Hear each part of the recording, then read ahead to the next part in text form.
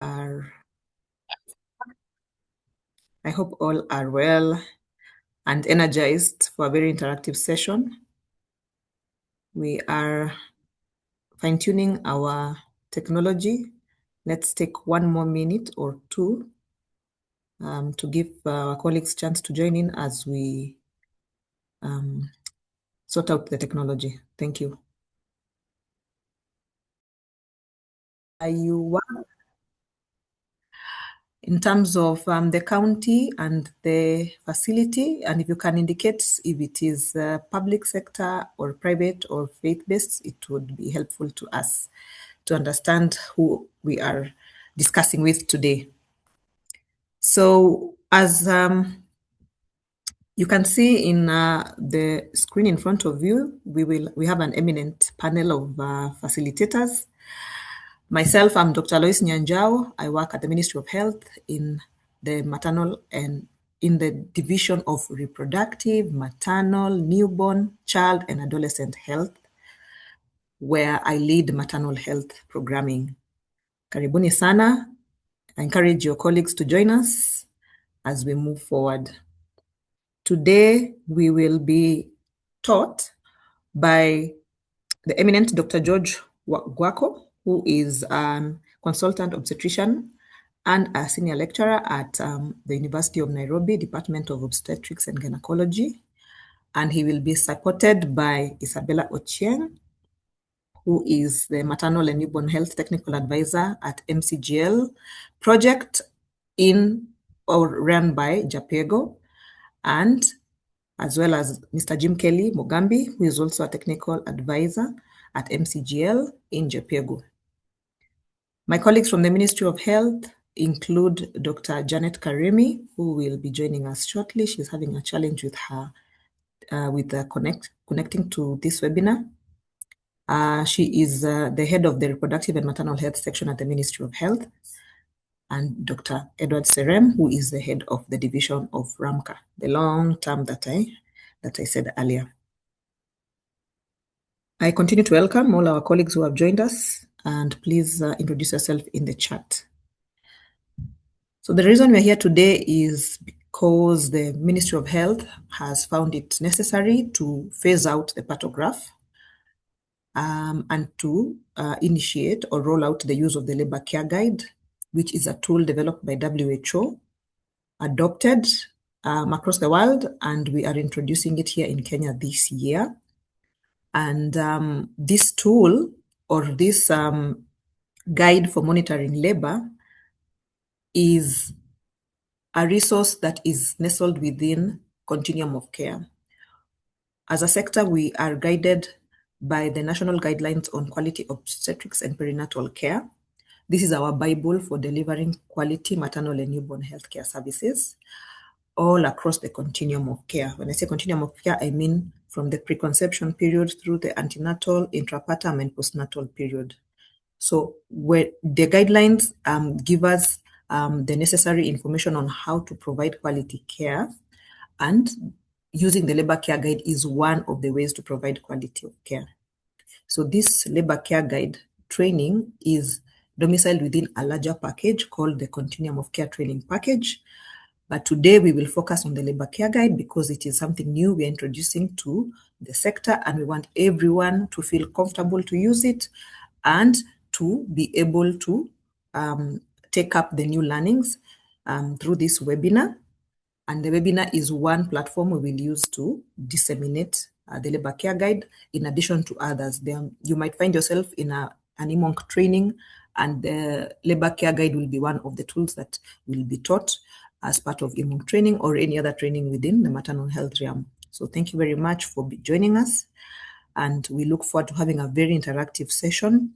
Feel free to put in your questions in the Q&A chat, and let's all purpose to learn and give the best to our clients. So without further ado, I would like to invite the next speaker, who is Dr. Gwako, to give us an overview of the Labor Care Guide, a little bit of history and structure, and then we go into the interactive session. Santeni and Karibu. Over to you, Dr. Gwako.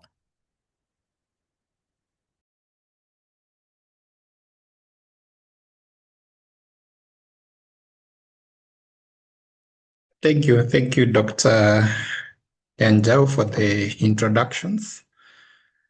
I hope you can see my slides and also hear my voice.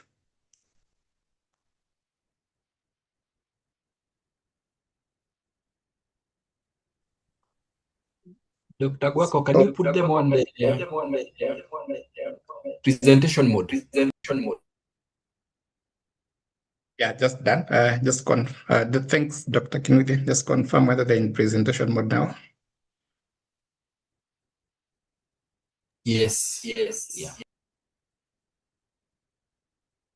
Thank you. So as Dr.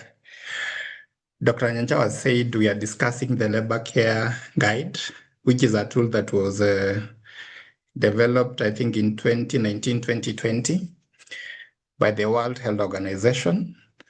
At that point in time, it was being called the next generation pantograph to replace the pantograph as we know it. So I have to declare that most of these slides I'm going to share with you tonight have been adapted from the World Health Organization LCG training slide deck. This is basically to ensure that the information we are giving here today to the Kenyan audience is the same that will be shared throughout the world. I'm making the presentation on behalf of the Ministry of Health, MCGL, and also the University of Nairobi Research Hub, where I work together with Professor Qureshi and Professor Osoti, who I think among the first people to introduce the labor care guide to Kenya in the year 2019 when we conducted a usability study in Kenyatta National Hospital, Mbagathi, and St. Mary's. The main aim of that study was to confirm whether the LCG was usable and acceptable to the healthcare workers in a low and middle income country. I've been given 15 minutes to introduce the labor care guide. So by the end of my 15 minutes, I'll have told us about the WHO recommendations on intrapartum care for a positive childbirth experience. We'll go through the WHO intrapartum care model. And more importantly, for those who've not interacted with the labor care guide, I'm sure you're really interested in knowing why the labor care guide was developed, when should it be used, where should it be used, on whom should it be used. I'm sure most guys are interested in knowing about the sections of the labor care guide, how similar and how different is it from the conventional pantograph. And then we'll delve into the how to use the labor care guide, where my team will take us through in details how this tool is going to be used.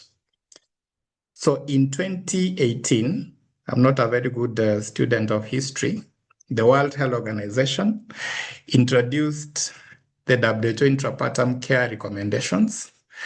Now, these recommendations were basically aimed to improve the quality of essential intrapartum care with the ultimate goal of improving maternal, fetal, and newborn outcomes, basically to give the laboring women a positive childbirth experience. Now, there were 56 recommendations. 26 of them were new.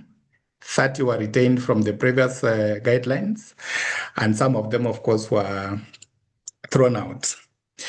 Among the new recommendations, you'll recall that, for example, the definition of first stage of labor, definition of second stage of labor was changed.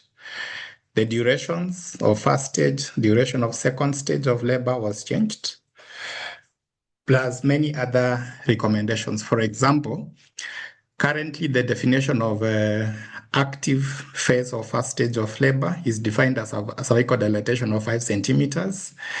Remember previously we used 4 centimeters. The duration of first stage of labor again has been revised For a prime gravida, somebody can comfortably stay in active phase of labor for up to 12 hours for as long as everything is okay. For multip is 10 hours. For second stage, that was updated in 2018. A prime gravida can comfortably stay in second stage for up to 3 hours. Yes, 3 hours for as long as all the vital signs are okay. The fetal heart rates are okay. The maternal vitals are okay. For a multip, that was revised to 2 hours. The other changes, but of course, I will want you guys to get hold of these recommendations and look at them. We'll share the link. So the other changes that were made that, as Nyanjo said, we need to unlearn is the fact that ordinarily we say a lady in labor should dilate at a rate of 1 centimeter per hour. What has been shown from evidence is that that might not be true for most women. A good proportion of women will dilate at a rate that is slower than 1 centimeter per hour. There's a percentage that will dilate at a rate of that is higher than 1 centimeter per hour. So the current recommendation is that we should not stick to that 1 centimeter per hour. It does not predict good or bad outcomes. For the sake of time, I'll skip the rest of the recommendations and encourage you to get hold of this booklet that we'll share the link to.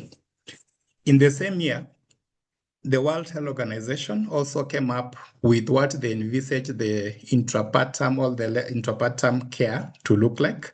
So they came up with the intrapartum care model that is individualized and it's woman-centered. The intrapartum care model has 9 recommendations that have to be delivered as a package. You're not going to cherry pick what you're going to do in Maragua or Nyamira or Turkana. So for example, you have to give respectful maternity care to all the laboring women. You have to give emotional support. You have to have effective communication between the staff and the healthcare and the patients. You must provide pain relief. You must do regular labor monitoring, documentation of events, and then audit and feedback. You have to encourage our laboring women to have some food or take some oral fluids. Just to repeat, yes, it's encouraged that women in labor should be allowed to take some oral fluid and also to feed. You should allow them to be mobile while they are in labor, and you should allow them to deliver in a position of choice. As you admit these pregnant women in labor, you must have an pre-established referral plan. You don't wait for a complication to arise. Then that's when you're thinking, should I refer to facility A or facility B? And then continuity of care. So as I said, all these have to be delivered as a package. Of course, for you to deliver some of these things, you'll need essential physical resources. So we need to start making noise, of course, to the governors to improve our labor wards. Then the healthcare workers also have to be motivated and to be competent. Competence is one of the things that we are doing tonight, just to tell you about these new things that are coming. Now, when you look at the WHO intrapartum care model and the 56 recommendations, it's almost clear that there's no way all these recommendations would be incorporated in the old pathograph as we knew it. So it was necessary that a new pathograph had to be developed. The process of developing this new pathograph started way back in 2015. It went through several stages, culminating in the study that I talked about in 2019 that was done in several countries, including Kenya. now to look at the prototype that had been developed to see whether it was acceptable and usable to healthcare workers. It involved, I think, about 12,000 healthcare workers globally. Because of time, we will not be able to share the results, but I can share the results in a link. So why was the labor care guide developed? There are several reasons. We picked the top 5. So number 1 is to guide the monitoring and documentation of the well-being of women and babies, and also to document the progress of labor, just like in the pathograph. Number 2 is to guide us as healthcare workers to offer supportive care. This is one of the things that we do badly. So to offer supportive care throughout labor to ensure that our women get a positive childbirth experience. So yes, somebody can get a baby with 3.5 kilos with an APGAR score of 10, 10, 10. But what kind of experience did they have to go through to get that baby? Number 3 is to assist us to promptly identify and address emerging labor complications. So as we know, labor is a dynamic process. Things can change really quickly. So it's the labor care guide, as opposed to the pathograph, will help us to identify and address those emerging complications.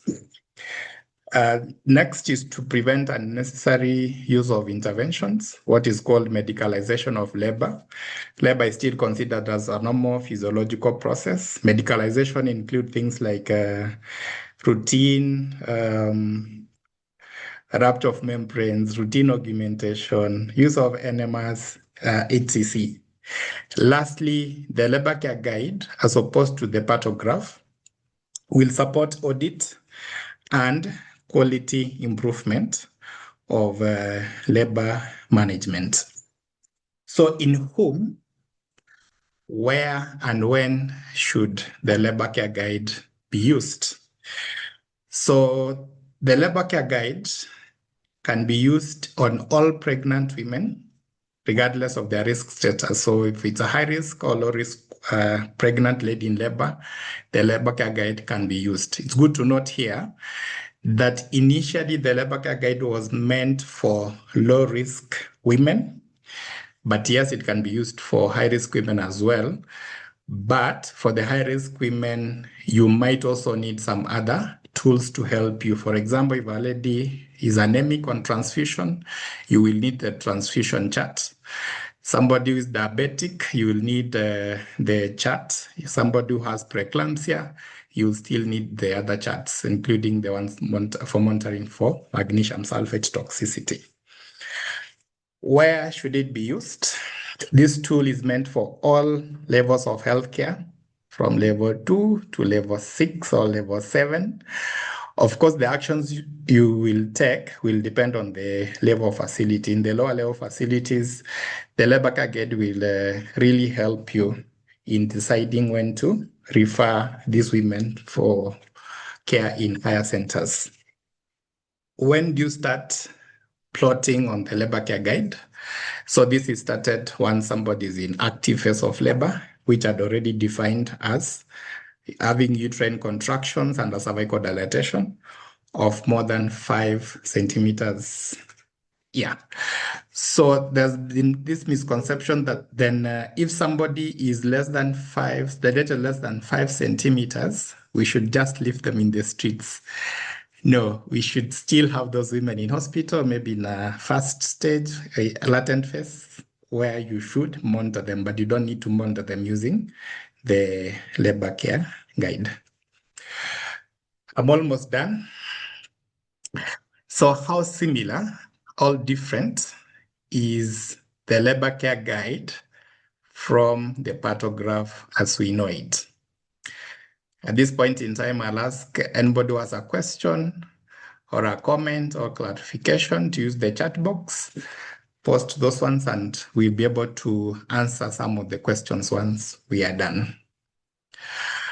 So the labor care guide has 7 sections, so it's slightly different than the one that was introduced in 2019. Feedback was given. So one of the sections was dropped. But in Kenya, we are still thinking of reintroducing that section. But for now, let's say we have 7 sections. The first section, which is section 1,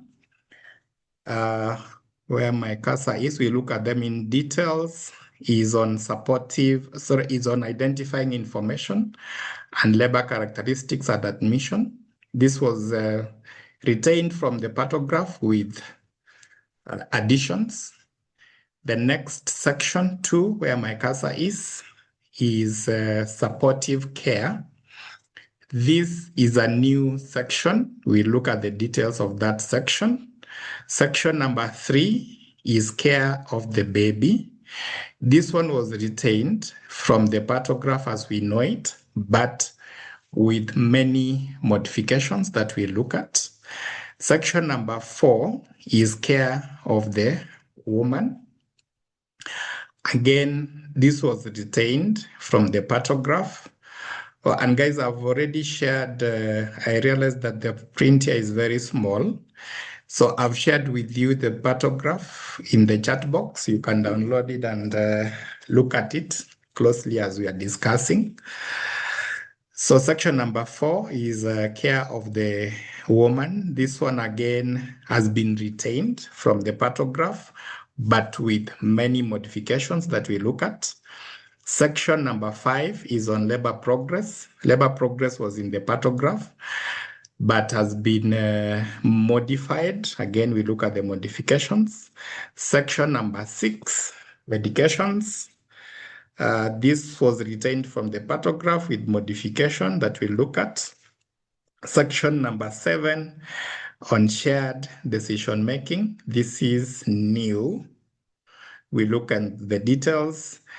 Section number 8 that we as a country are planning to reintroduce will be where you have the abbreviations, where my cursor is, and also where we'll be having the labor outcomes, birth weight, mode of delivery, etc., etc. Allow me to go through the sections in detail for the next 3 minutes so that I invite the other speakers. So section 1, as I said, is the section where you have identifying information and labor characteristics field at admission. So over here, of course, you have the name, parity, onset of labor, active labor diagnosis date when membranes ruptured, and risk factors. So as you can see, there are some changes from the initial paragraph. Jim Kelly and Bella will take you into the details of this in a short while. Section 2, which we said is new, that is on supportive care. So on supportive care, we are assessing things like companion, pain management, oral fluid intake, and the posture that the lady takes while she is in labor. Section number 3, this is care of the baby. As I said, this was retained, but with modifications. So the modifications here, remember in the paragraph, ordinarily you will listen to the fetal heart rate and then you record it using a dot. So over here we have baseline fetal heart rate. You have fetal heart rate decelerations. Hold your horses. You'll be told all these things in a few minutes. Amniotic fluid was retained. Fetal position was not in the old paragraph. Caput and molding. The next section, section 4, care of the pregnant lady. So over here again, this was retained from the paragraph, but with the changes.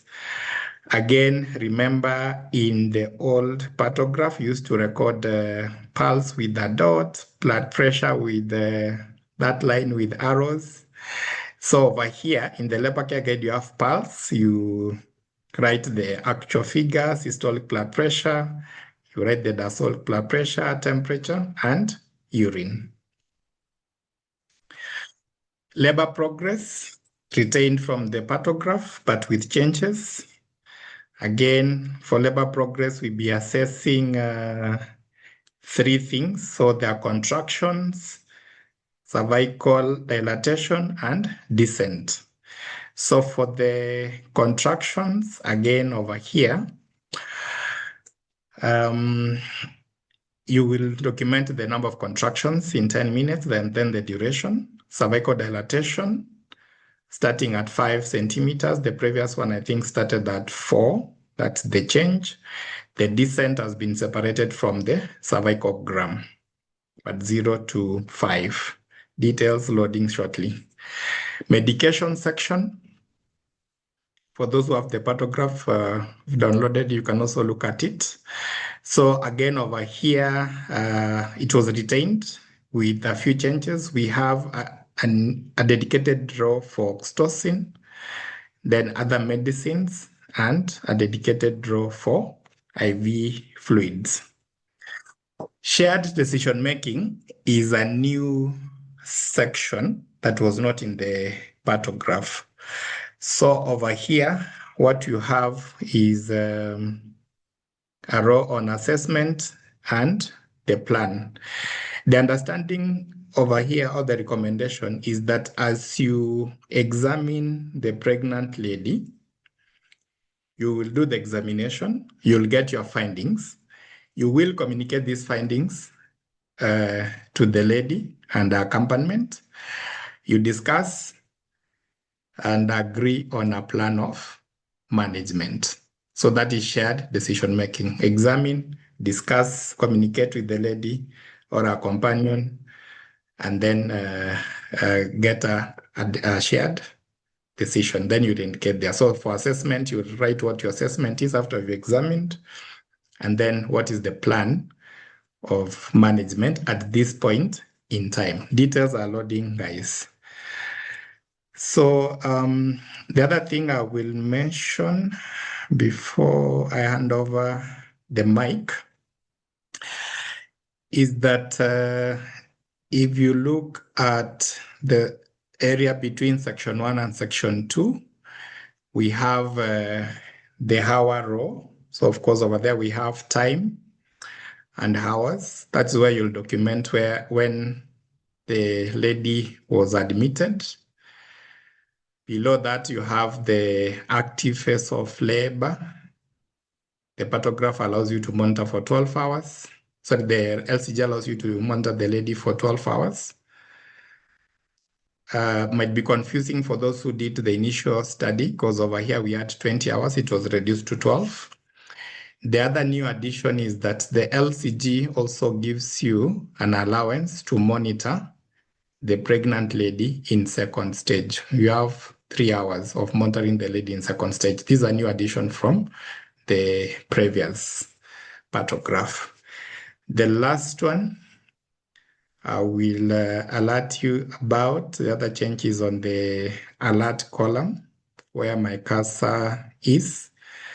So this labor care guide, unlike the pantograph, has an alert column that has a series of observations that will be considered as abnormal. So for example, if it's a fetal heart rate, it will alert you, which is an abnormal fetal heart rate. And then these alerts will trigger a specific response. If you have a fetal heart rate of one less than 110, what are you supposed to do? Lastly, ladies and gentlemen, this is how the labor care guide is filled. Bella and Jim Kelly, start warming up your throats. So what you do is that you assess, for example, the contractions, fetal heart rate, descent. After assessing, you record, you document your assessment findings. After recording, you go to the alert column and check the reference threshold. Is my finding normal or not? Then after that, you plan. And ladies and gentlemen, that was just a preamble. I now welcome Bella and Jim Kelly to take us through to delve into the details of the labor care guide. Jim Kelly and Bella. Thank you. Thank you very much, Dr. Guaco, for that very concise but brief overview. Before Jim Kelly and Isabella come in, I want to invite Dr. Karemi. I think she's been able to sort out the audio. Dr. Karemi, karibu sana. She's the head of the Reproductive and Maternal Health section at the Ministry of Health. I think it will be good to hear her voice. Over to you, Dr. Karemi. Thank you, Dr. Lois, and sorry for that hiccup and being joining late. I want to thank Dr. Guaco for the overview that he's given us and also introducing and even introduce the other panelists or speakers for the day. I'll start with Dr. Lois, who opened for us, who is the head of maternal health, Ministry of Health Kenya, leading the National Maternal Health Agenda, advancing high impact interventions, quality of care, policy reforms, and county level coordination. So thank you, Lois, for leading us well in this. Dr. Guaco, who has just taken us through the labor care guide very aptly, is a consultant obstetrician, gynecologist, and senior lecturer at the University of Nairobi, holds an MBCHD, an MEd, and a PhD, degrees from the University of Nairobi, and fellowship in applied biostatistics from the University of Washington. He's been doing this for over 12 years, 10 years in academia. His passion for maternal health is seen even as he was a PI and co-PI in major trials, including the trial, which we are now following in our national guidelines, and champion trial and multi-WHO countryside studies.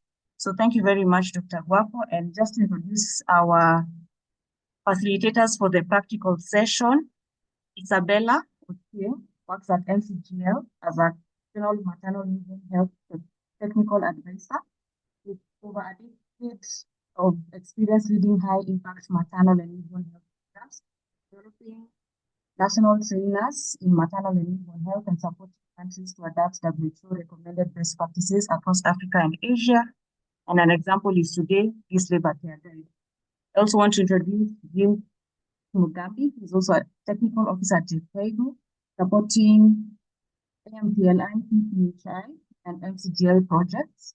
He's a maternal and newborn health specialist and has expertise in reproductive health programming, capacity strengthening, quality improvement, and health system strengthening.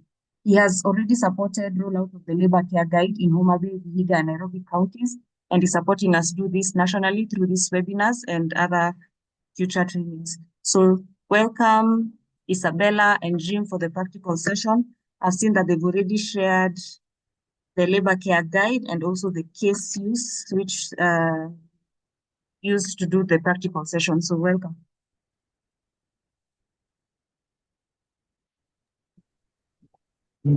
Thank you very much, Dr. Janet, and everybody on this webinar.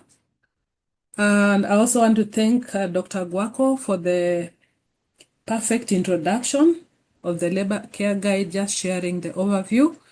I'm going to pick up from where Dr. Guaco left, and my presentation and Jim's presentation will focus more into how to complete the labor care guide, the 7 sections of the labor care guide. And as I start, we have an editable labor care guide on the chat. So if you are on a laptop or you are able to download it for practice, that would be great. If you're not able to do that and you have a pen and a notebook, that will still be okay. You can put down some of your findings, and then we're going to introduce different sections. Then after that, we're going to share a case. We'll give 2 minutes for every section.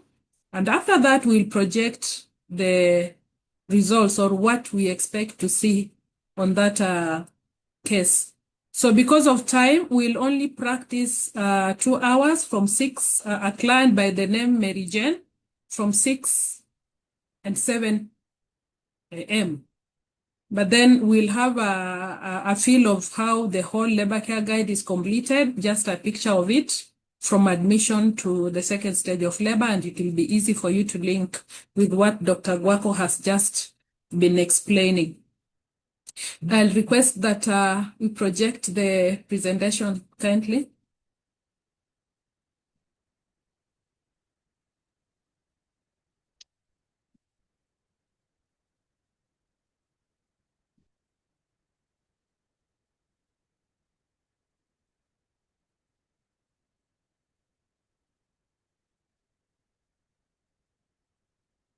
As the presentation is being maybe worked on, when we look at the cases, you'll only pick what relates to that specific session of the labor care guide. Thank you very much. Is it possible to have it on the presentation mode?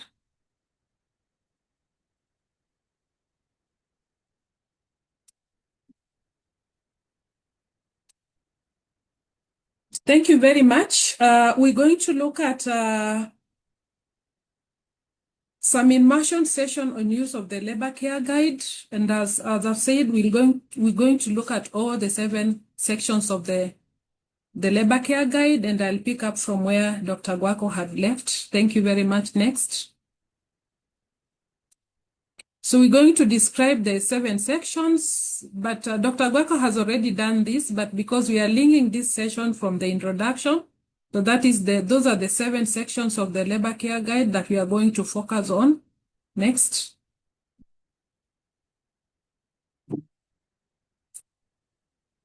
The labor care guide monitoring tool is a tool that aims at producing positive birth outcomes for both the mother and the baby.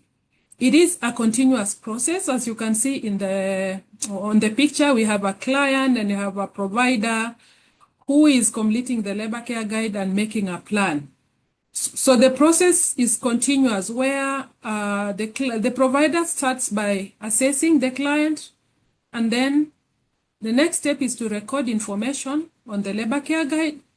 And then after that, the findings that the provider has, the provider will compare to the alert values that have been provided. We are going to look at that. And after that, develop a plan of action.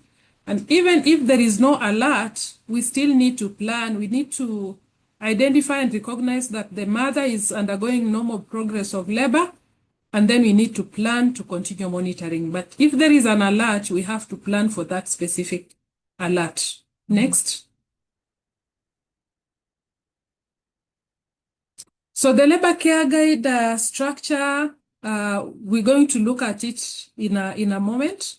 We have the time axis, and Dr. Gwako mentioned that. And this is when the client, when you open the labor care guide, when the client comes and you confirm that she's in active phase of labor, and that is 5 centimeters cervical dilatation and above. And then we have a column indicating parameters that are supposed to be assessed. And then we have a column displaying the alert values. We look at the values, we have thresholds and the values. And then we have the cells that document findings both for the first stage and the second stage of labor. Next. So this is the structure of the labor care guide. So we have the first section, which is identifying information for the client. We can see an example of a completed section. And then we have the time axis. This is when the client comes and you confirm that she's in active labor. So each box represents 1 hour, and you can see hours below, from 1 to 12 hours, and then from 1 to 3 hours in second stage of labor. And this is what Dr. Gwako had mentioned. So this makes it easier for us to tell like how long a client has been in first stage of labor or second stage of labor. And then we have the column for different sections. And then the second column, we have the characteristics of the characteristics of what we need to monitor the client on. For example, we want to check whether the client has a companion or whether she has pain relief or not. So those are areas that we are going to monitor the client on. It goes up to the 7th section. And then we have the alert value column that is highlighted, and there is a red circle around it. This one makes it easier for the provider to identify if there are any alerts. And then any alert that is identified has to be circled in red. This one will make it easier for the provider to know which areas of assessment need a plan, especially when it comes to alerts for intervention. And we are going to look at all these different sections and the alerts and the thresholds that are related to these sections and the ranges in a short while. So we have the first stage of labor and the second stage of labor. That means you can identify an alert at any stage of labor, whether first stage or second stage of labor, and then you need to plan for that. And there are times when there is no alert, but we need to continue monitoring the client. Next session. Next slide. This is the first stage of first section of the labor care guide, which is going to identify the characteristics of the client on admission. So under the name, we need to write the client's name, and then we need to write the parity of the client. We've already, Homa Bay, Vihiga, and Nairobi counties have trained and have started implementing the labor care guide, and they have adapted this section to include the gravid, the age of the client, and inpatient number.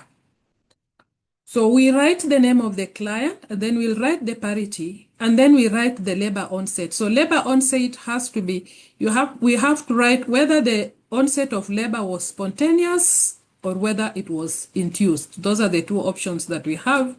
And then we will write the date when active labor started. And then we'll also write the date and time when the membranes ruptured.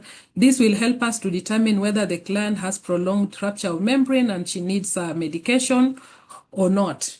And also there are times when membranes rupture at home. The client comes and she says, oh, the membrane ruptured 1 hour ago before I came. That is okay. We'll indicate if she knows the exact time. Or maybe membrane rupture at the facility when the provider is monitoring, they will indicate the date and time. But there are times when a client will come when membranes have already ruptured at home and she doesn't remember or she cannot tell exactly what time the membranes ruptured. Then at that point, we will write unknown because we don't know what time the membranes ruptured and manage the client accordingly. And then we have the risk factors. So we have to indicate any risk factors that is related to the client, both previous history, medical, gynecological history, obstetric history, and the current obstetric or medical history that can affect the outcome of labor. We have to indicate so that we know exactly how to manage this patient or the client best. Next. So before we move to the next, just go back. Sorry about that. Let's go back to the previous slide. Thank you very much. So we're going to start our practice at this point, and we're going to practice how to complete each section. We'll have 2 minutes to complete each section. We have a case. Those who are able to get to the chat and download the case, they'll be able to see section 1 of the case on how to complete the case. And once we have completed that case, we'll be able to project the findings of that section.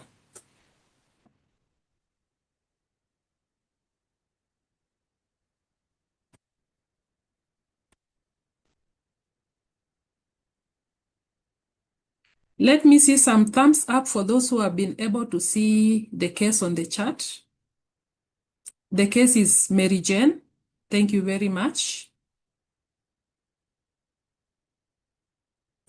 Thank you. So we have 2 minutes, look at it, and then just identify where you need to write the name, the parity, the onset, and what needs to be written there. Is it spontaneous? Is it induced labor? The active time diagnosis, the time of rupture of membranes, and date, and any risk factors identified. So we have 2 minutes for that.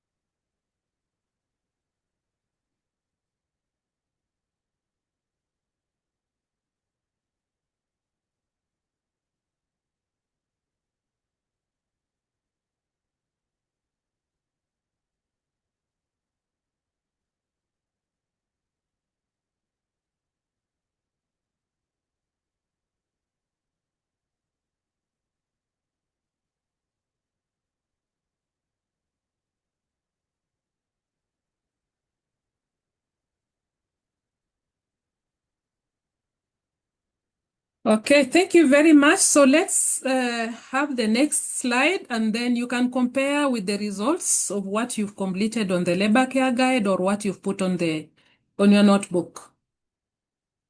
So this is how to complete section 1. So our client's name was Mary Jane Williams. She was para 2. The labor onset was spontaneous.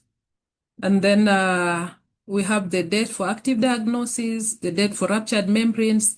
The membranes ruptured 1 hour before she arrived at the facility at 6 a.m. So that is 5. And then the risk factors, she has a history of stillbirth and anemia. Next, you can congratulate yourself if you got it right. So section 2 is supportive care, and this is new. This is a new section.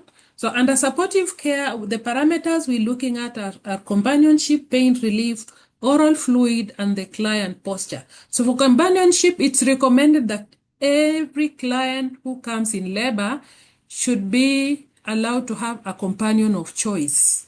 So this is a requirement. So if a client has a companion of choice during labor or at that moment when you are monitoring the client, and this is supposed to be checked after every hour, then we'll put a Y for yes, showing that she has a companion. If she doesn't have a companion, then we'll put an M, an N for no. And when it's a no, it's an alert. We have to circle it in red.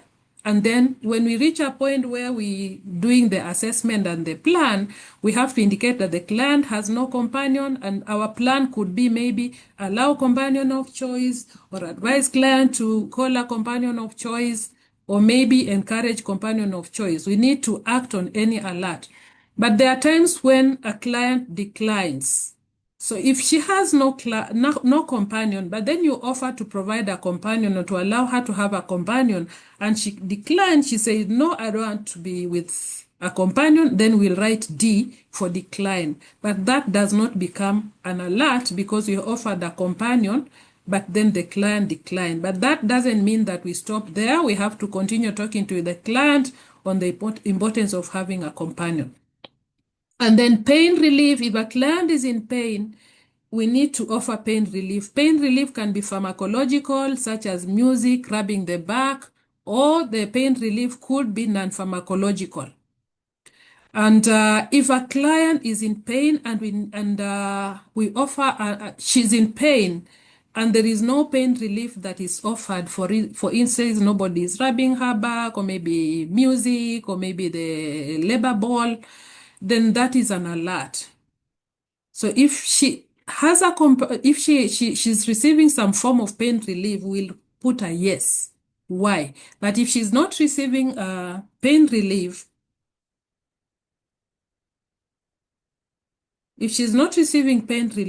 then we'll put an N, which is an alert, and then we circle it. And then we have to make a plan of action, either provide non-pharmacological pain relief or pharmacological pain relief.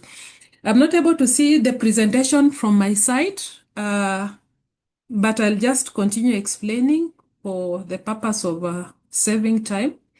And the next one is oral fluids. We expect that a client will be taking oral fluids or light meals during labor. So at the time of monitoring the client, if she's taking oral fluids or she has some light meal to take, then we'll write a yes. That means that is okay. But if she does not have oral fluids or she's not taking any light meals, then we'll say no. And if we indicate a no, we'll circle it in red. If a client is offered maybe a light meal or oral fluids, or she's encouraged to take oral fluids, but she declines, then we'll write a D. The next parameter that we are going to check is position. So not position, sorry, mobility, whether the client is mobile or whether the client is on supine position. If the client is on supine position, that means the client is in labor, but she's lying flat on her back. That is an alert because it has negative effects on the baby and the mother. So the client should not be lying flat on her back. That is a supine position, and we'll write SP showing that she's on supine position, and that becomes an alert. We circle it. But any other position, sitting, walking, lying on the side, maybe semi-sitting, moving around, crouching, kneeling, all that will be indicated as mobile position, and that is not an alert. So if a client is on spin position, we have to encourage the client to change position. But then we should not mistake this. Sometimes the client may be mobile, but when we are going to do maybe a vaginal examination, or maybe to take fetal hearts, we tell the client, get on the bed, lie on your back. So at that point, we will not indicate supine position because we are just doing that for the purposes of monitoring. Are we able to, I'm not able to see the slide on my side. The share, kindly continue sharing the slide so that we do the next exercise. So for the next exercise, I finished explaining section 2, which is supportive care part. If you are able to get to, if you in the chart, you can look at Mary Jane case, section 2, and there is a case there. And there is a case there. Thank you very much for projecting this case. Thank you very much. So we have a case here, and it's the same, whatever has been projected for supportive care is also on the case that is on the chart. So you can go through this case and then complete section 2 of supportive care. 2 minutes, and then we will project what we expect to have completed for 6 and 7 hours.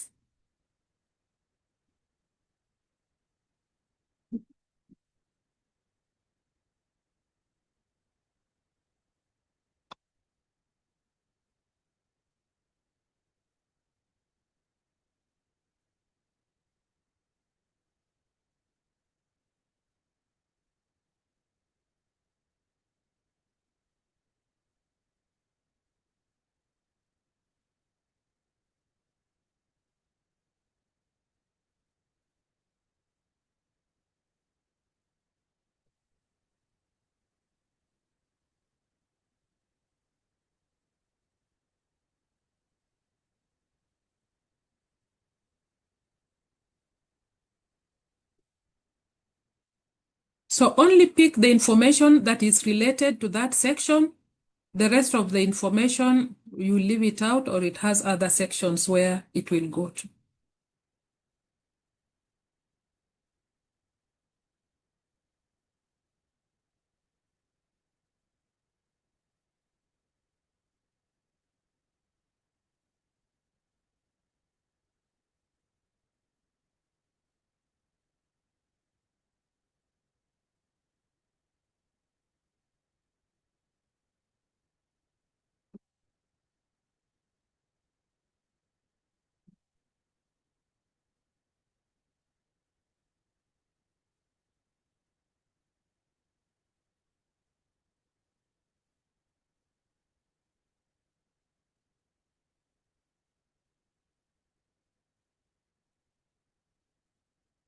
Remember to indicate the time at the top where we started the labor care guide at 6. The next box will be 7. Okay, we can get to the answer and see how we have completed. So this is how we should have completed the supportive care section. So Mary Jane at 7, section 2, please. So at 7, Mary Jane had a companion, she had pain relief, she had oral fluids, but she was lying, the posture was supine position. But then at 6, She had no companion, pain relief. She had pain, she had no pain relief. She was taking oral fluids, and she was mobile. So we have circled in red the alerts, companion N for no, pain relief, she has no pain relief. And then posture, she's on supine position. So we need to take action for that at the end of the monitoring in section 7.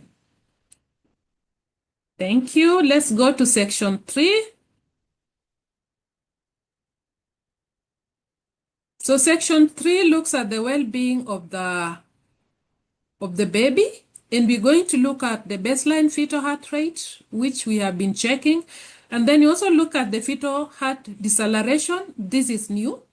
And then we look at the amniotic fluid fetal position capotent molding. So the baseline fetal heart range that has been given is that a normal fetal heart rate should be between 110 and 159. But any fetal heart rate below 110 or equal to above 160 is an alert. So the difference is we used to put a dot, but in this case we are going to write down what we have found. If the fetal heart rate we found is 130 beats per minute, we'll just indicate 130. And then we'll compare to the alert. If it's within the normal values, we're not doing anything. If it's out of the normal range, for example, 80 beats per minute, then you're going to circle it in red, showing that it's an alert. And then you have the fetal deceleration. We may not go deep into that. It's raining here heavily, sorry. We may not go deep into that at the moment, but the baseline fetal heart rate will take it when a clan is not having a contraction. But for us to assess fetal heart deceleration, we have to take fetal heart rate when a clan has a contraction. And when a clan has a contraction, we listen to the fetal heart for at least a minute. And then after contraction, we'll continue listening to the fetal heart for around 30 seconds to be able to determine whether there is fetal deceleration. So there are cases when there is no deceleration, we'll write an N. But then there are cases when we have an early deceleration, and this is mostly when there is a contraction and the fetal skull, there is pressure on the fetal skull. But the fetal heart may drop and dip at the peak of the contraction, but then get back to normal at the end of the contraction. And when you listen for the next 30 seconds, the fetal heart has gone back to normal. So that is an early deceleration. And then you have a variable deceleration, which may be varying, maybe going up and down. But at the end of the contraction, if we listen to the fetal heart for the next 30 minutes, the fetal heart has gone back to normal. Yeah, that is a variable deceleration. But then we have a late deceleration, which is a sign of fetal distress. So this one is caused mostly because of pressure on the umbilical cord that deprives the baby of some oxygen. So in this case, when you listen to the fetal heart rate will be low. The fetal heart rate will drop and dip at the peak of the contraction. And then at the end of the contraction, the fetal heart rate will not go back to normal. And we continue listening to the fetal heart for the next 30 minutes, the fetal heart will remain low. And this is this one indicates that indeed this client, the baby has a fetal distress, and we need to act very fast. But then there are times when maybe the provider is not able to tell whether there is a deceleration or not. It's okay to say unknown so that you don't put the wrong findings. And then we seek maybe another person to confirm that, or maybe this is a provider who has not been trained, they need to learn more. And then if there is late deceleration, we'll circle it in red and take action for that. And then we have amniotic fluid. We have to check if there is no amniotic, if the liquor is clear, we'll write a C. If the amniotic fluid bag is intact, we'll put an I. If there is meconium, we'll put a plus. Meconium, either +1, +2, or +3. So when we have meconium +3 in liquor, then that means liquor meconium +3, that is an alert. We'll circle it in red. And if there is blood stained likewise, then we'll also circle it in red because that is an alert for action. But when it's 2 and below, we'll continue monitoring this client closely. And then we'll also check other parameters. And then we have the fetal position, which is new. So we have anterior position, posterior position, and transverse position. When we palpate the client, we have to feel for the positions, and then we have to confirm position when we are doing a vaginal examination. So anterior position is normal. Posterior and transverse position are not normal. We have to circle as alert. Although these positions, as the head continues, or the fetal skull continues, maybe through the internal rotation of the fetal skull in the pelvis, the position may turn to anterior position and the mother delivers normally. If it remains posterior position persistent, then a baby would be delivered face to pubis. Or transverse position, there are times when we have obstructed labor. So posterior position will lead to painful contractions, prolonged, maybe slow progress of labor. So we need to monitor this client very closely as much as we are not able to do much about it. And then we have caput. Any caput plus 3 is an alert, and molding plus 3 is an alert. We'll circle it in red.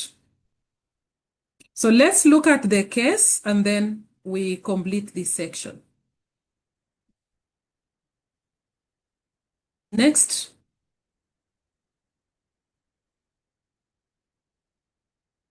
I think I have explained this part. Thank you.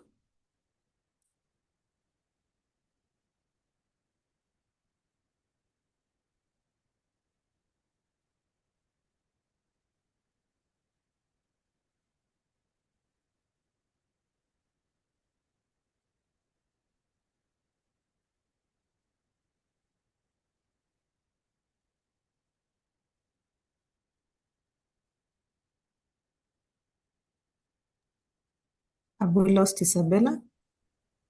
No. I'm waiting for a minute for the practical session. Okay. So just thumbs up if you finished. We are taking 1 to 2 minutes per section to practice completing the labor care guide. Okay, great. Let's move to the next session. So this is what we expect to have completed at 6 and 7 hours. So you can see for the baseline fetal heart rate, there is no fetal deceleration. Those are the findings. For the fetal deceleration, we don't have any alert. And then somebody is asking whether you can, the documents are on the chart, please. And then for amniotic fluid, the amniotic fluid is clear. And then fetal position, we have a posterior position and it needs to be circled as an alert. There is no caput and there is no molding.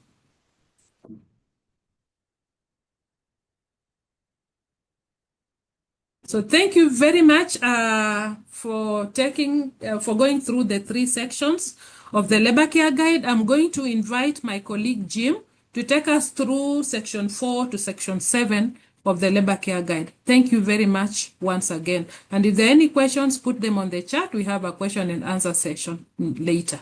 Thank you very much. And some of the questions will be responded on the chat. Thank you. Welcome, Jim. Thank you, Bella, for taking us through that through the sections. We're now going to the section 4. So after we have assessed, the supportive care, we have assessed the baby. We now going to assess the mother. I don't know why my slides are not moving. Okay. I don't know what's going on.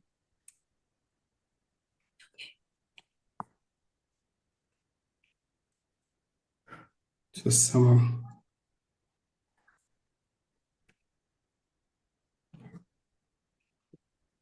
Okay. Sorry about that. I think it had gotten stuck.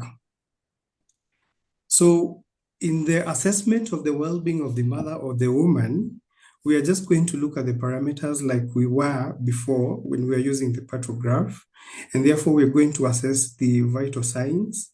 The expectation is that these parameters are going to be assessed every 4 hours or sooner, should you feel the need to do so. The departure from how we were doing that in the documentation is that we were using the dots and the arrows and the line for the BP, but here we are going to enter the actual figure or the reading that you get. So for the pass, if your reading is between 60 and 120, then that is going to be regarded as normal, and you're just going to manage labor or monitor labor as usual. So if you have a systolic pressure between 80 and 140, then that is going to be regarded as okay. But should your reading be less than 80 or equal to or more than 140 for the systolic blood pressure, then that is going to be taken as an alert, and you're going to circle it and make a plan on how you're going to handle it. So for systolic blood pressure, you'll be concerned if your reading is more than 90 millimeters of mercury. So you are going to circle that reading and take action. So for temperature, again, if your reading is between 35 and 37.5, then that is going to be regarded as okay, and you're entering the absolute figure. But if your parameters are below 35 or above 37.5, then you're going to make a circle to circle that, and then take action or plan on how you're going to handle that. So initially we were not very deliberate in doing a urine analysis, but now it is recommended for women that are undergoing labor that we at least do a urine analysis every 4 hours, and we are looking for proteins and acetones. Proteins would indicate that perhaps there are some hypertensive disorders in pregnancy. Acetone would point to us that perhaps this woman is dehydrated. So how are we going to enter that? So we're going to enter, if you have not done let's start with the alert value for that is protein +2 or acetone 2 pluses. If you have done and there is no protein or acetone, you are going to indicate with a dash, stroke, dash. So if you do and there is protein, for example, +1, so you're going to say plus, slash, and perhaps there is no acetone, you indicate with a dash. We're going to see that as we progress. Should you not be able to do that, then don't put a dash, instead put a U to indicate that it is unknown. Because if you put a dash, someone may interpret that to mean it was done and it was negative. So again, we go to our practical section again. If you could hold your phone and try to enter these findings just to have a feel of how we'll be filling this section. So we have a case study here. The time is 6 a.m. and our client is still Mary Jane. The pass is 88. So here we are entering the absolute figure, which is 88. And the blood pressure is 120/80. So we're going to enter 120/80. Our temperature is 36.5.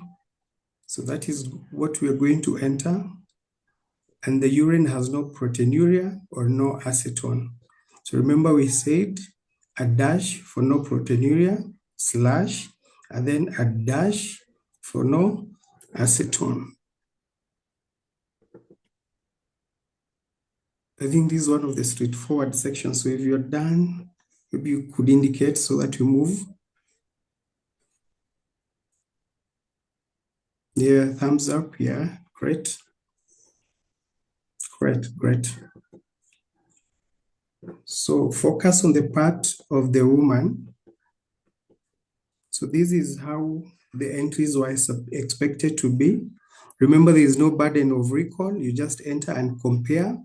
If your figures are, within what is in the alert line, is that when you get concerned and circle. But for vital signs, again, we are reminded that we should also be deliberate to take vital signs at the earliest opportunity possible, so that then that acts as our baseline, even before the woman goes to to active phase of labor. Okay. So the other section, section 5, assesses the labor progress. So in these sections, we have 3 parameters that we'll be assessing. One is the contractions, the number of contractions in every 10 minutes, the duration of those contractions. We are going to look at the cervical dilatation and the descent of the fetal head. So for contractions, initially we were shading in the pathograph, but there is a departure from that. So we are going now to enter the absolute number of contractions that you observe when you do that assessment. So if you have assessed and you find your finding is 3 contractions in 3 minutes, in 10 minutes, then you're going to enter number 3 in that box. Now you realize for that box on contraction, it has been divided into 2, and that is because the expectation is that we are supposed to assess for contractions every 30 minutes.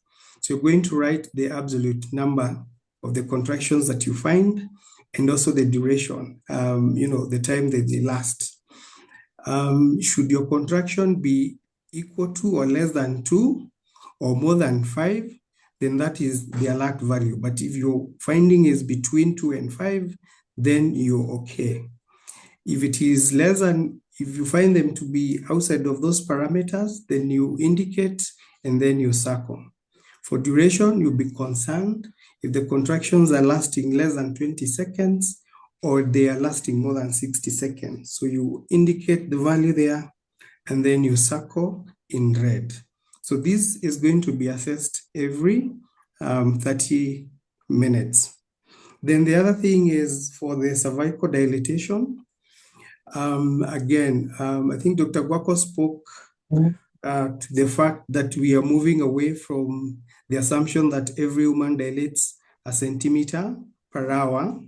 And that is why you see there is some values in the alert here.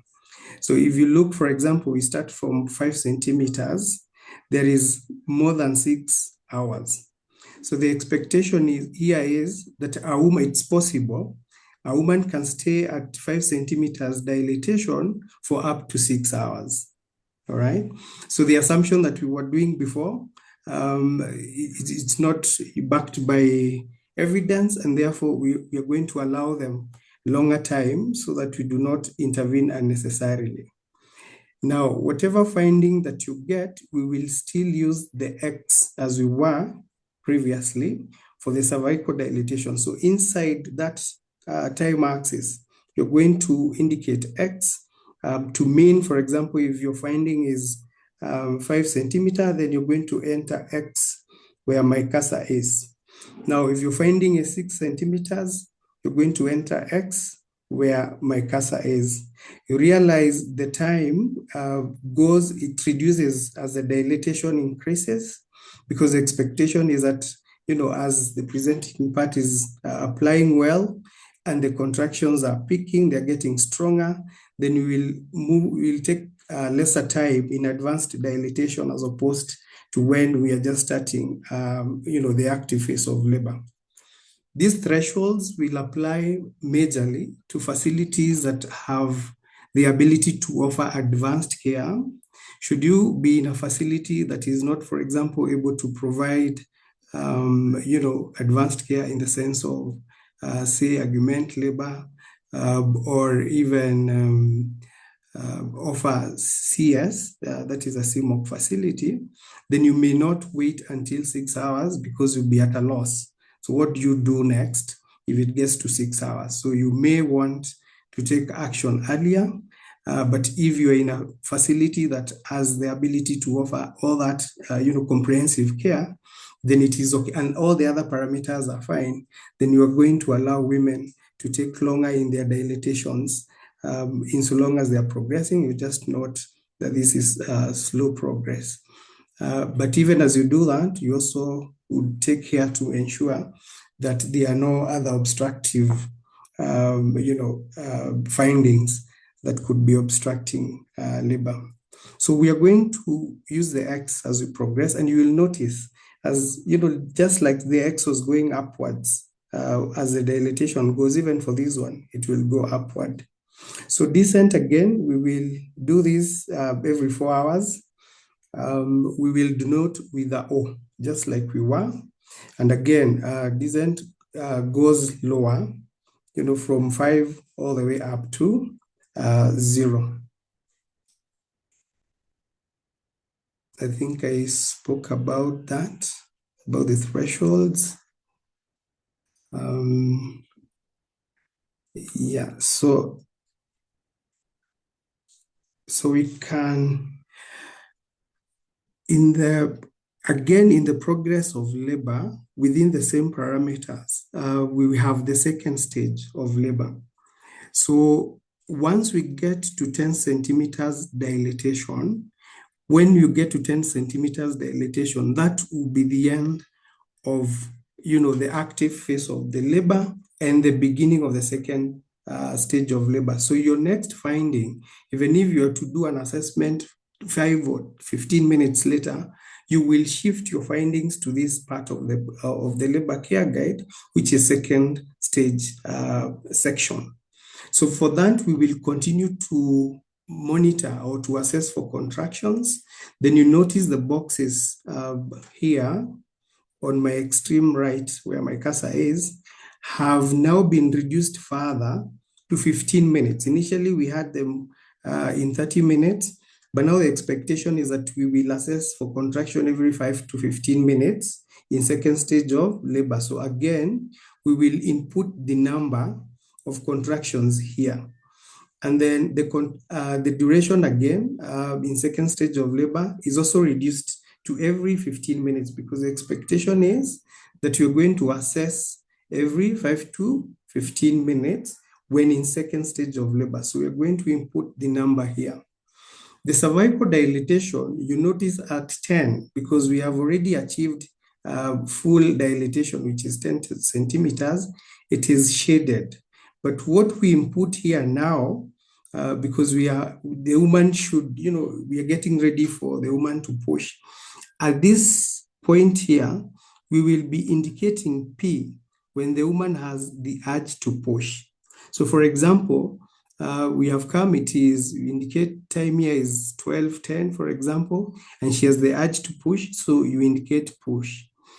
Remember we said a primigravida can be in second stage up to 3 hours, and therefore when she's not pushing, then we will not indicate. So we just indicate when there's the urge to push until when she finally pushes and the baby comes out. So descent at that point in time, again, the expectation is going that the head is already down. So it's going to be along this axis, and we're going to denote with the 0 or the O, as we were doing before. We are now encouraging women to assume their position of choice in labor and even in childbirth, should it be difficult to assess for, those parameters in those positions. Then you're going to encourage them to assume position that we can be able to assess, and then they can resume whatever position they like. So women in the expansive phase of second stage of labor should be encouraged and supported to follow their own urge to push.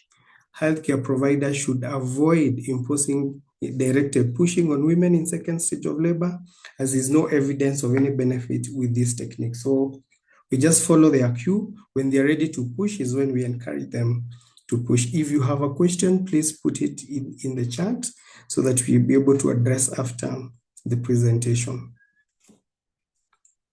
Okay. So again, we take 2 minutes, resume your gadgets so that we try to fill that section on labor progress. If you have a pen, if you're using your phone, so that we just have a feel of how filling of that section will be going. So So against the time of access of 6 a.m., Mary Jane has presented with 3 uterine contractions every 10 minutes, and they are lasting 40 seconds. The vaginal examination is 5 centimeters dilated, and the fetal descent is 4/5. So at 6 p.m., Mary Jane has come with 3 contractions every 10 minutes, and they are lasting 40 seconds. And the vaginal examination is 5 centimeters. Descent is 4/5. At 7, you assess for contractions, and she has 3 contractions in 10 minutes, lasting 40 seconds. So if you're done, please give me a thumbs up so that we progress and compare our findings with what we have. Great. Okay. So here we are, just focus on labor progress part. So you see, we are indicating the actual number of contractions. There were 3, they were lasting at 40 seconds. And the cervical dilatation at 6 a.m. was 6, so it was 5. So here, where my cursor is where we are supposed to have input the X. The descent was 4/5, so we denote with a O here, because this is 6 a.m. So the expectation is that we are going to repeat the V after 4 hours, and that is why you see the next reading is at 10, which is around here. Yeah, if you got it, a thumbs up again. So that's how we will be assessing, or we'll be recording or documenting for that part. Great. So the 6th part on the labor care guide is on medication. So we have oxytocin. If you're currently administering oxytocin, then you will need to record how many units you're giving per liter and the drops per minute, or the rate at what you're infusing it. You will also need to record amount that is being administered every 60 minutes. If you're not giving oxytocin, then you will record as no. Now, the space that is there, as you're going to see, may not be very adequate to write out a lot of stories. But like we were told earlier, some of the information about medication will be found in the labor care guide and in other areas that we document once we are administering drugs. Could be the CADES, could be the treatment sheet, depending with the local protocol. So for medicine, if there is no medication that is being given, then you're going to indicate a no.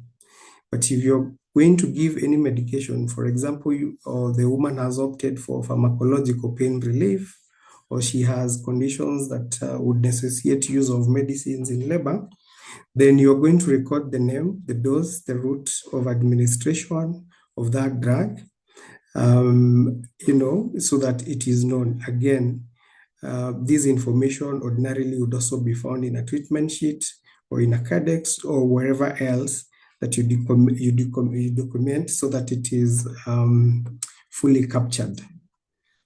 The routine use of IV fluids is not recommended. And you remember in the first sections, we are very deliberate or in assessing for oral intake.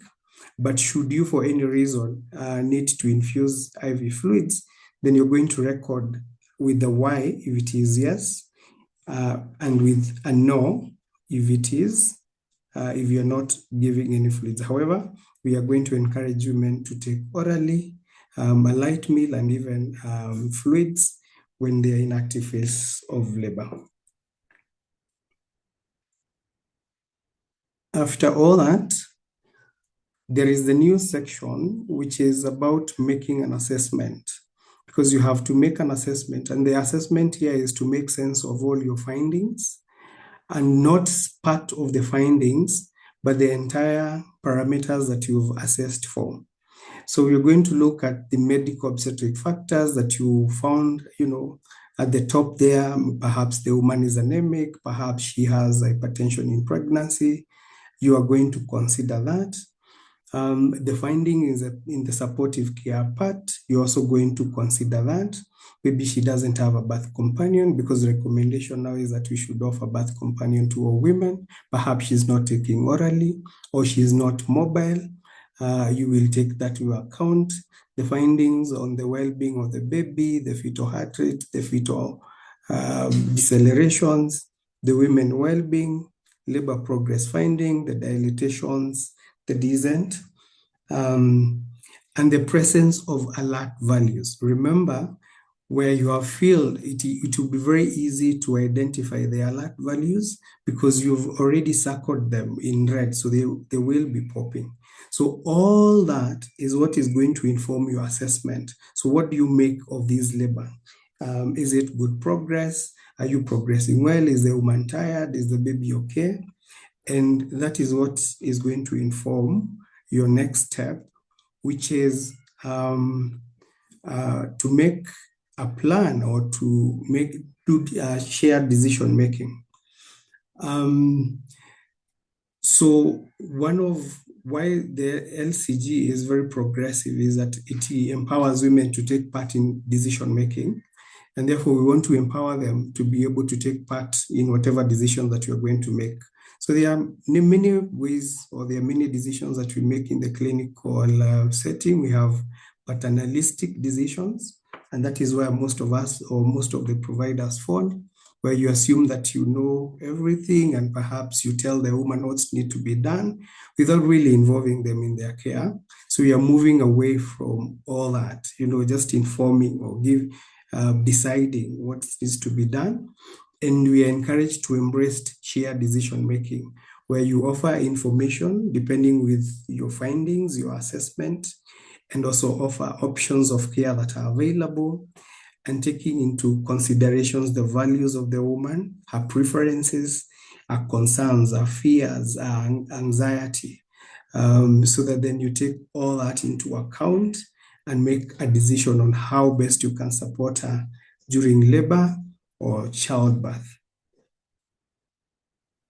Then you develop and record a plan. So again, there are some principles as you make the plan, just like we are saying, that you take into account the woman's concern, what options of care are available in your setting, what are the priorities, what are the provider's capacity, what is within your scope of practice, and should a woman perhaps make a choice of things that are beyond the scope of your practice, then they should not be denied.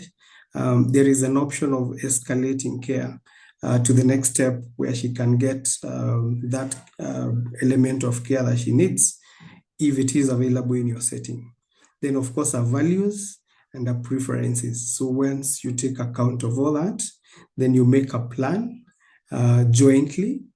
And that brings us to that section that was introduced, which was section 7. So you make an assessment, and then you make a plan. The assessment could be labor is progressing well, there's no problem, and then the plan would be perhaps continue monitoring labor. And then at the end here, you're going to enter your initials.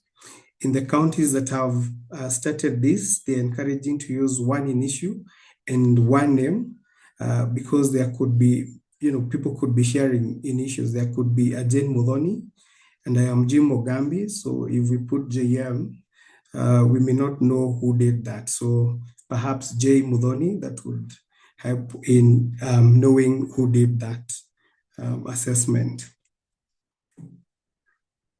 Yeah. So that is that.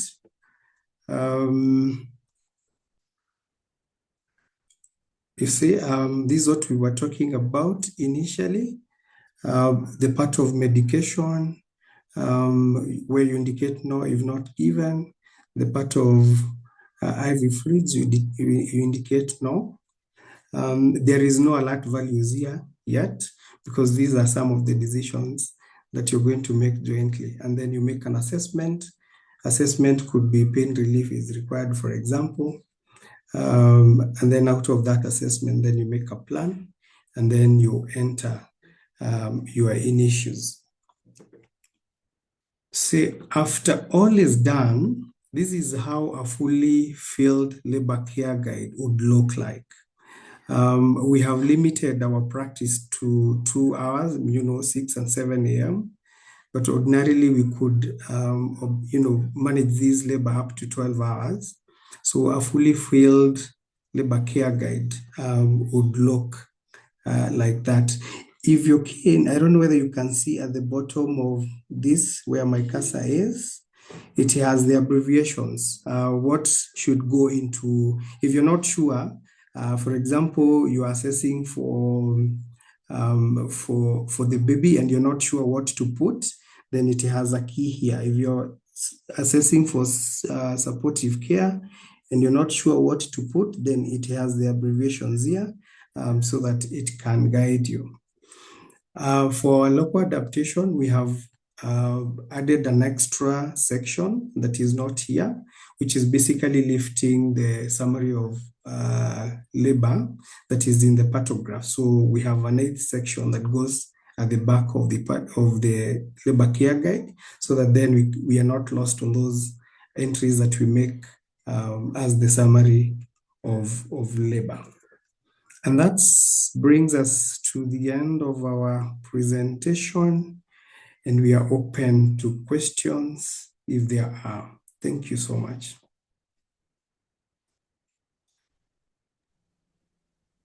Thank you so much, Isabella Atieno and Jimpeli Mugambi, for that practical demonstration. I can see there are many claps, hands, love hearts. Thank you so much for your presentation from all the participants. We are seeing all the questions. Before we go to the questions, I want to hand it back to Dr. Lois Nyanjau to give us an update or an announcement on the basic obstetric protocols. Then we can quickly run through the Q&A for those that have been answered and any others that have not been answered. But please check your question and answer under the answered to see if your question has already been answered. And keep all your questions coming if you still have more. Thank you. Over to you, Lois. Thank you very much, Dr. Karemi, Dr. Gwako, Jim Kelly, and Isabella. I am as appreciative as our audience. Very good presentation. I think we have learned quite a bit, and judging from the questions that are coming in, there's more to learn, and I really appreciate the interest.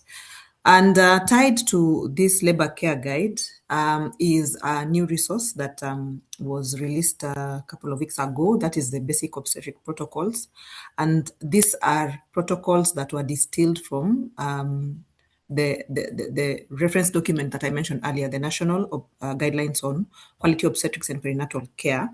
So we have now basic obstetric protocols, the same idea as having the basic pediatric protocols, where we have been able to distill very targeted, very stepwise, if you may, guidance on the 6 main obstetric complications, the most common obstetric complications, and that has been now put in this document. It's, let me just share. For those who may not have seen it, I'll try and share my screen so that we're able to see this document, which we will share today.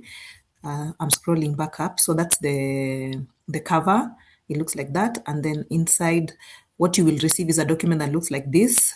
The image of it will be like an open book so that you're able to follow through. More so because there are some charts that have an arrow crossing from one page to another. I'm scrolling really fast, I know. But you'll have this document with you. I'll upload it in the chat for you to download. As well, it's in the MOH website. I'll share the link. We hope that you can use this document to help you make decisions in the event that you come across a complication in the intrapartum period or a client who has a complication in the antenatal period. Please use this, share with your friends, with your colleagues, And yes, it's an example of what you're saying, like preventing PPH. In the protocol, there is a chart that has an arrow that crosses over the other side. So we will share with you this resource. I'll stop sharing, and yes, I want to hand it over back to Dr. Janet to take us through the Q&A. Asanteni, and look out for the document in the chat. Thanks. Thank you very much, Dr. Lois. Please use the resource she's sharing on the chat box. Please download, and I think I have also the email addresses after this. We'll also share along with the other materials. I want to quickly run through some of the questions that have been asked, one of which was to share the basic obstetric protocols. Dr. Lois had put the link there on.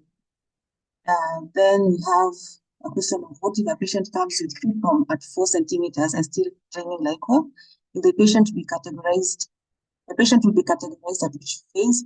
This will categorize her as from in latent phase of labor and manage her as such with the response.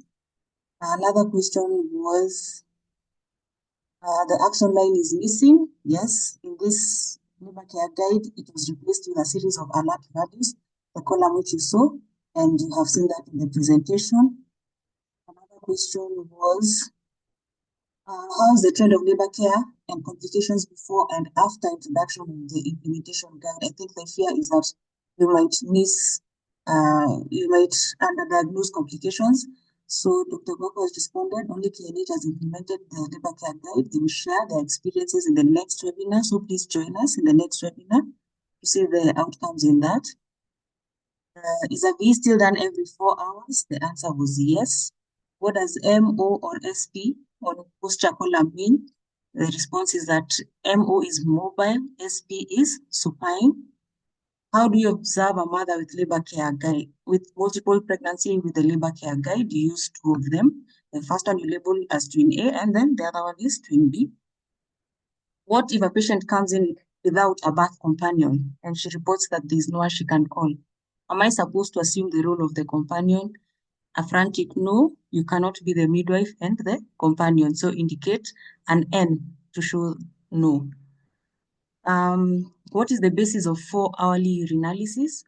It is to monitor metabolic changes, hydration status, and screen for any other conditions that might affect the safety of the fetus and mother. I think there's someone else who had asked the same thing. So where possible, let us do the 4-hourly urinalysis. Will the Tibabu system, or basically the EMR systems, accommodate this labor care guide, since we already have the old paragraph in it? Comment also on the additional training within the system. So we'll update this in the Taifa Care with the labor care guide in the coming weeks. As we are moving towards digitization, this will be also updated in the Taifa Care for those who are using digital systems.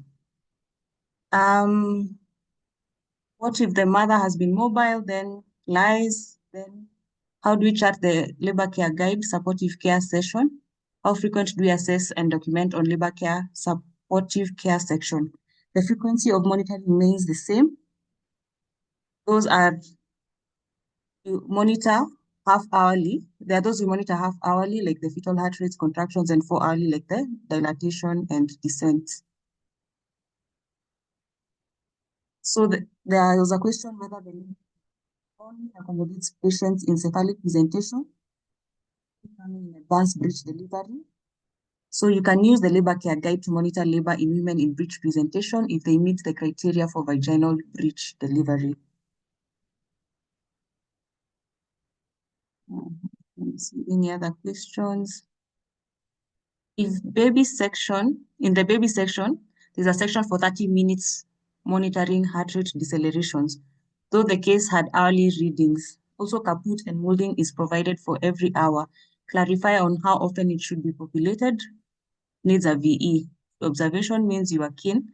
The frequency of monitoring hasn't changed.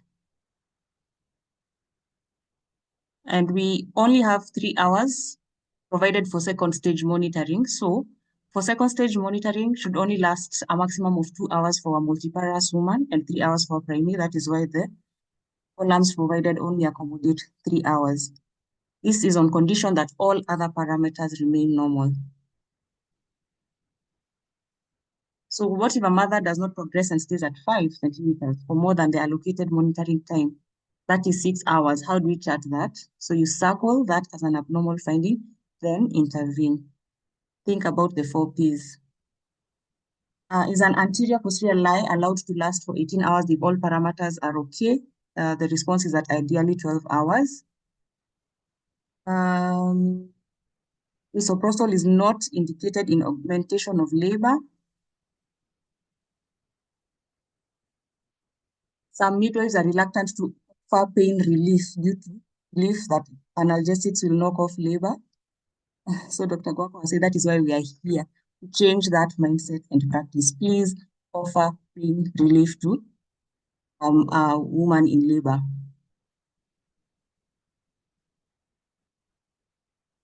The medication section, is it only pain relievers or do we include any other medication? For example, antihypertensives, include any other patients like PT, or you might use other documents like the treatment sheets. Those are the questions that have been answered. Other questions were that there was some questions with regard to labor care guide and partograph. For example, is the labor care guide real time and does not allow post-event charting? This is meant to be real time, and when it is digitized, this can only allow real-time charting. Then there's a question on is a new partograph with LC, labor care guide in use, suggesting that kind of a combination of both. Maybe Gwako, you can speak to this. And then when is MOH launching this? We've already launched it through the continuum of care training. So it's part of that. So I'll hand over to the labor care guide, which is incorporated into the new partograph.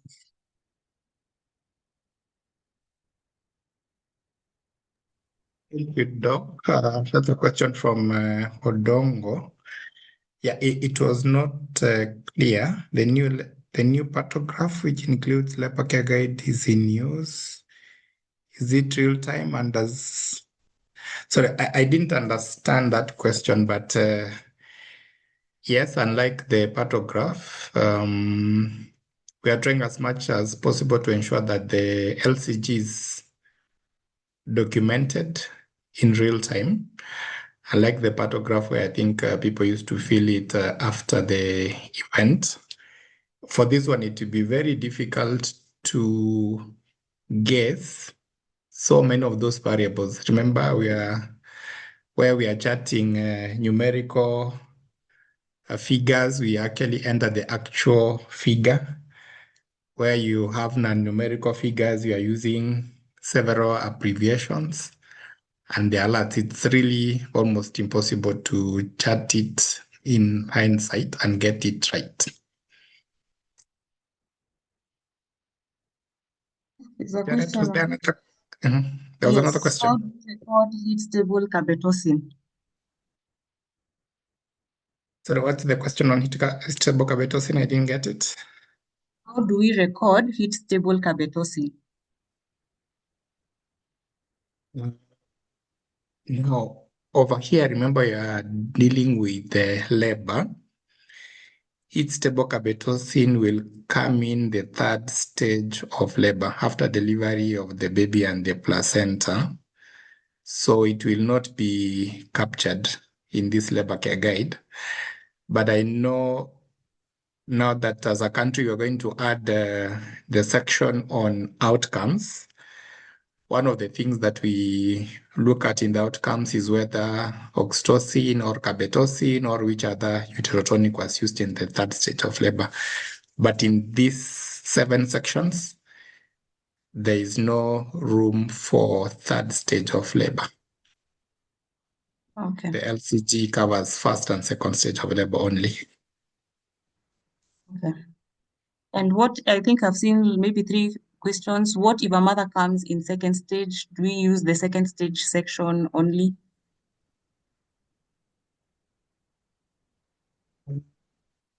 Jim Kelly, what would be your answer to that? Yeah, I guess you will then enter the findings, yes, in the second stage, because the first stage will have already been done. So I guess you'll just transfer the findings to the second stage, yes. Okay. And then for fetal heart rate acceleration and deceleration, how do we assess it without a CTG in the facility? Yeah, that's a good question. We had answered it in the chat box, but I can answer again. So the monitoring of fetal heart rate has not changed. Our good old midwives will tell you that you're supposed to monitor the fetal heart before, during, and after a contraction. So then what happens in a baby who does not have distress or non-reassuring fetal status? The fetal heart rate is supposed to remain the same before, during, and after contraction. Now, should there be a drop in the fetal heart rate, and then the fetal heart rate recovers immediately after the contraction, you will treat that as an early deceleration. If there's a drop in the fetal heart rate, and that drop is sustained for long here means more than 30 seconds, then you'll consider that as a late deceleration. Now, on the labor care guide, remember the alert is a late deceleration. So if there's an early deceleration, you will not, but you will not circle. But if it's a late deceleration, meaning the fetal heart rate remains below 110 for longer than 30 seconds, then that will be considered as a late deceleration. It's an alert and you need to intervene. So you don't need a CTG machine to pick a deceleration. Okay, so maybe the last two. What happens when you monitor a mother in labor with prolonged active phase and has passed 12 hours and LCG is fully filled? Can you attach another one to continue with monitoring of labor? And then in terms of the pain relief, what is recommended analgesia? Thank you. Thank you. Very good and practical questions. So if a mother for some reason goes beyond the 12 hours, remember we said that there are new definitions. So the definition of first stage of labor is actually 12 hours for a primary, 10 hours for a multiple. But then there are occasions where somebody can go beyond those 12 hours. And if all the parameters remain normal, you've chatted nicely, there is no alert, then yes, you can transfer the findings to a second pathograph. Now, in the first prototype of the LCG, I used the word pathograph, sorry. In the first prototype of the LCG, it was actually allowing women to labor for up to 20 hours. But then when the trial was done, it was found that very few women would actually go beyond 12 hours. So that section was removed. It was shortened from 20 to 12 hours, at least to give space for to accommodate the other parameters. So yes, you can do a second pathograph as LCG, sorry, assuming that all the parameters are okay. Pain management is one of the introductions. So you can use non-pharmacological means, having a doula, having somebody to massage, use of warm packs, that's non-pharmacological.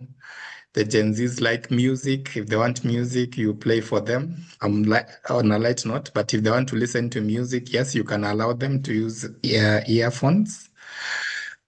The pharmacologic ones, of course, the ultimate will be an epidural.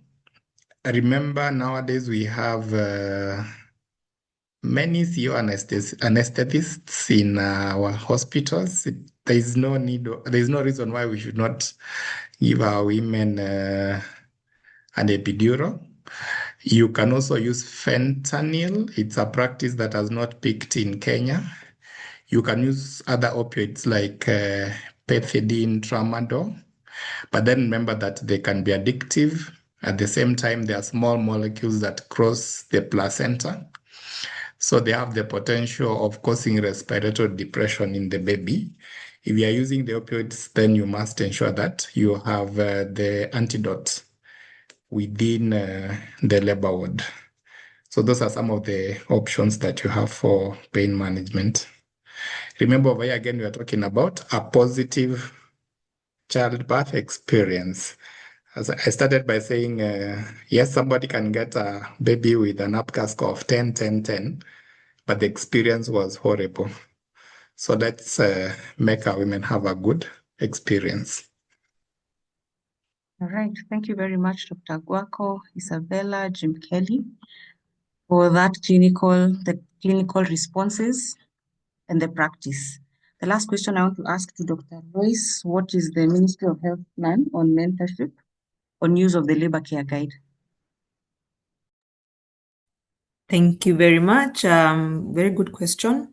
As we mentioned, the labor care guide is what I would say a module within the continuum of care package. And this is a new package that we will embark on training the entire country.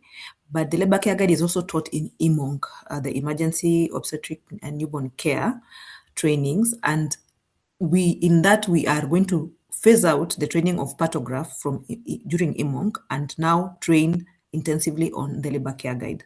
So as a follow-up from EMONC training or the continuum of care training, we will institute that labor care guide skills, use of labor care guide skills are part of the mentorship under the EMONC mentorship, I'll call it package. So let's look forward to whether you get training on continuum of care or training on EMONC, either of them, you will get training on labor care guide. And subsequent to that, the mentorship that will be happening at facility level, labor care guide will be one of the skills that will be tracked as an EMONC mentorship monitoring modality. I hope that answers. Thank you. Thank you very much, Dr. We have already launched and are using the labor care guide in Kenya under the continuum of care package and under the EMONC mentorship package. So please take this app. For those who have not gotten the document, we'll share so that you can use in your counties, in your facilities, and take this app. The second one is to request the leadership of doing this in the counties, in the maternity for the digital format, working with DHA, all that in the Taifa care. We are counting on the health workers also to sensitize their colleagues in the private sector, the faith-based organizations, and all them to join the other series which are following on the guide and maternal health in general. Please use the protocols. The link has been shared. Download and use them. And where you need printing, it is a pocket handbook. Please reach out to the Ministry of Health through Dr. Lewis, through myself. We will be able to share the print specifications for your use. Thank you very much. And with that, I want to thank you all for joining, to thank all the panelists and facilitators, and to thank KNH for organizing this. Thank you.